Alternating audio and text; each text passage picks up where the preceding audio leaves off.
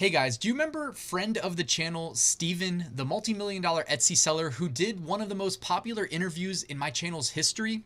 Well, his Etsy software just went live today. It's called HelloCustom. It is an AI-powered tool that helps streamline and automate personalized orders on Etsy. And if you don't remember from his interview, personalization is something he leveraged to really help him stand out and thrive on the Etsy marketplace. So if you haven't tried personalized orders, you really should. What's stopping you? Honestly, if you didn't know, you can go into any of your existing listings on Etsy and enable it in one click. Anyways, my video today is going to be a tutorial on how to use HelloCustom, and I wanted to let you guys know you can sign up right now using the link in the description, and you can create your account and get everything set up and going for free, okay? If you use the free tier and you make orders, you pay a little bit extra, all right? But that's not that bad because you don't have to pay to get started. So I invite you to follow along with this tutorial. Let's get started. All right, here we are. This is the tutorial. I did it via screenshots to make my life easier. I will link you to the presentation slides in the description in case you want to reference them. So again, create your free account on HelloCustom, or if you want to use the paid upgrade option because you're planning on making a lot of sales, I tip my hat to you because, hey, why not? So go ahead. The homepage looks like this. Just click start for free and go ahead and create your account. Once you're logged in, it will look something like this. And I'll move myself to the left-hand side of the screen here. It'll look something like this.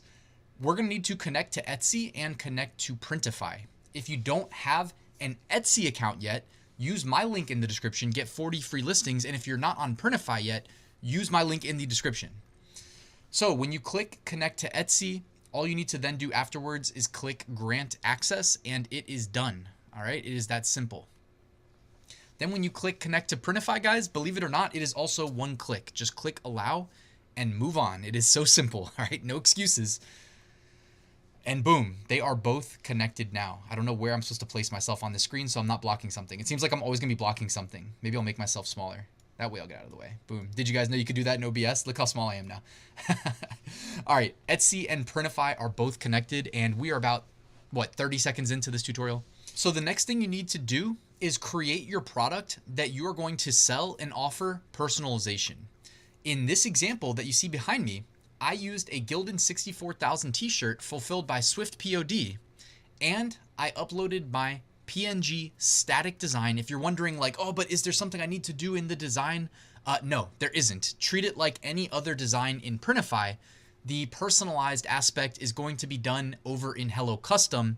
By the way, I did not publish the design yet. It is in unpublished status, but by creating the draft, you can then click the product in Printify and you can copy all of the SKUs. You need the SKUs for HelloCustom. Without these, it's not gonna work. So make sure you write these down.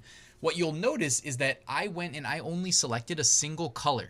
Now you can do as many color combinations you want, but understand that every color plus size combination is a new SKU, and you need to go in and copy all of these SKUs. By the way, I also didn't think that Printify made it very easy to grab these SKUs. So in case anybody cares, I mean, I don't want to make this about being a web developer, but you can like right click the SKU and then click inspect element, and it'll open your developer console where you can just double click and copy it because Printify wasn't letting me double click to copy.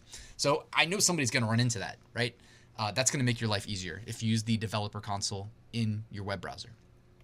But at the end of the day, it doesn't matter how you do it. You just need to have these SKUs written down because you need them in HelloCustom. All right, speaking of HelloCustom, now we are going back over to HelloCustom. Hopefully you're operating in the same web browser. You just tab back and forth between the two. Click Templates, and then click Add New in the top right corner. Now this is where we need to upload our personalized design as PDF format. Yes, PDF, not PNG. We used PNG for Printify. We're going to use PDF for HelloCustom. So you guessed it, the next step is I'm going to go ahead and create a design optimized for personalization on Etsy. And if you can see over my shoulder here, it's only got two layers. It's got the text layer and it's got the design layer. By the way, you've heard me talk a lot about Creative Fabrica lately. It's because it is very useful for print-on-demand sellers, And you guessed it, you can go there and get graphics that are enabled for personalization. I found this, what they call customized dance SVG on Creative Fabrica. And because I am a member, which by the way only costs about $4.99 a month if you use my link in the description, which is well worth it. I recommend everybody check that out. All right, no excuses. I don't want to hear any excuses about why you couldn't get this done. This tutorial is about as easy to follow as it could possibly be. I go and I click the download button and I've got a personalized graphic already done for me. So I didn't have to spend an hour or two creating my own. And then I used this font called Alura with 2 L's, unlike the Alura for Etsy tool, which HelloCustom natively supports. All right, we're going to talk about fonts briefly in a second, but by using the Alura font, HelloCustom then recognizes it and it can use this font for the personalization when orders come through. And you can grab this font on Google Fonts. If you guys didn't know, you can go to google.com/fonts. They have an absolutely massive library of open source fonts. All of them are free to use. So no excuses, they're free. And with Creative Fabrica, there's like 80,000 more fonts. So, all right, I mentioned we're gonna talk briefly about fonts. In the bottom left corner of HelloCustom, where you have your little profile, you can actually click that and then you can click fonts and you can view all of the fonts they have included in HelloCustom, and you can click add new in the top right corner and add your own. So as you can see here, I uploaded Lionel font, which I got from Creative Fabrica. It's a nice little script font. So back to templates. Remember how I showed you I created my design in Photoshop? I exported it as what file type? Right, PDF. I almost said PNG. PDF is the file type we are going to export as. I drag and drop it up into HelloCustom. It takes 5 to 10 seconds to convert this into an editable template in HelloCustom. And boom, check that out. It recognizes the graphic layer in the background and it recognized my text layer. Here's the thing. I experimented with different fonts. All right, and I'm sure that this will not be the case forever. So if you're watching this video in the future, this may not be relevant to you. If you're watching it the day I release this video, like most of you guys, you may run into this. If you use a custom font that they don't recognize, you can click your font layer and there will be a little icon, all right, on that little toolbar that pops up on the left-hand side. I believe it's a C icon. It says convert to text. Click that and it will convert it to text, all right? And then you should be able to set the font family. I'm not 100% guys, like again, this software just came out today, so I'm doing my best to pretend to be an expert, but the reality is as time moves forward, I will have a lot more experience, but I did go back and forth with Steven on all this stuff because I had to figure out what was going on with the text layers. If you use a simple font family like Arial, you won't have any problems because that's what I ended up doing here, and I was able to move forward with no issues.